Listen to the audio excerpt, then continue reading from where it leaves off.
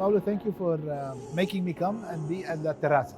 This is not everybody comes here usually. This No, is only very selected people. very slight people to come in. And to be quite honest with you, like I told you, looking at the pavilion from here, it's a new dimension. This is what I like about your pavilion. That the pavilion is not monotone. It's a multi thing. So the story of it and the theme of it is really interesting. Making of this pavilion one of the several, but one of the best example of what is called today narrative architecture, which means that the architecture, the outside of these pavilions are by themselves a story to tell, a story about the country. We want to tell a story of Italy constantly navigating through the seas, to the Arab world, to the Southern Mediterranean, in search of new civilization, new culture, new people, as our Roman ancient explorer did, and to turning the hulls upside down to make the first roof of the refuge.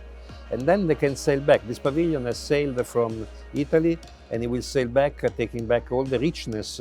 So it's a very narrative, strong story about Italy moving to the future, in search of the future. In here, you blended culture with innovation, and the theme that beauty, you're emphasizing on the beauty as well. You touched on a very important point, first of all. It's our pavilion is one of the very few pavilions with no corridors, doors, closed spaces, and so forth. You just travel alongside the pavilion from the beginning to the end, like in an immersive journey. They would all come to Italy, to Rome, to Florence, and look to the city from the towers, where they went up to see it from upside down. And our journey here starts from upside down, goes to the end, down to the exit of the pavilion, in a very immersive way. Everything you see here is the result of this integration, this connection between the past, the history of Italy, and the future, the innovation, the sustainability, etc., digitalization, so mixed together. And this, I think, gave us the idea about calling our pavilion Beauty Connects People.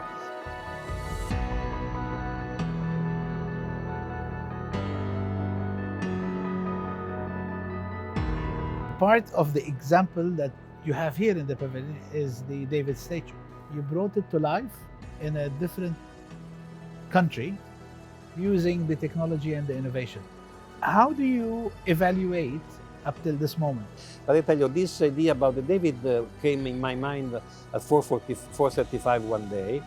And as you pointed out, is the perfect example of joining high technology, digital high technology, and artisan work, manual artisan work. The artisans in Florence, they painted the statue with marble soil, or to make it exactly like the original statue. And this is really a very iconic example of the story we want to tell. Italy has a history, but also has the future of the digital technologies used in aerospace, but still mix the future of this innovative technology with the Italian tradition of the manual painting, the manual work, the artisan work, and so forth. So the statue is really iconic.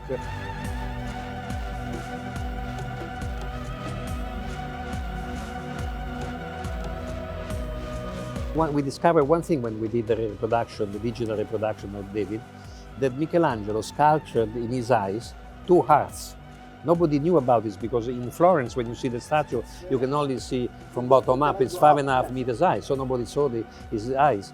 He has sculptured two little eyes, which he meant probably that in his mind, David beats Goliath, the good beats the evil, not only by his physical strength, but by love. And this, I think, every time I see David now, in his face, I get very emotional because of the sense of how important nowadays, as he was in 1506, is the combination of physical strength, power, you can decline it the way you want, and your capacity of relating to people, to human beings. If you want to give the visitors one message, what would it be? One thing I say is we are the only pavilion with no closed facade, glass facade or cement facade. We open up, the air comes in and out freely because of the cords doing our facade. Our air in the pavilion gets oxygenated by the use of algae that come from Sardinia, that breathe out the carbon dioxide from the air and create a generator oxygen. Now I say this because I want my message to the visitors over the following. This is how Italy combines sustainability innovation with environment regeneration. So it's a look forward and a look backwards to regain some of the lost healthness and wellness of the environment. You're satisfied so far from your business program? Much more than I felt and predicted at the beginning. Yes, absolutely. Thank you very much. Thank you.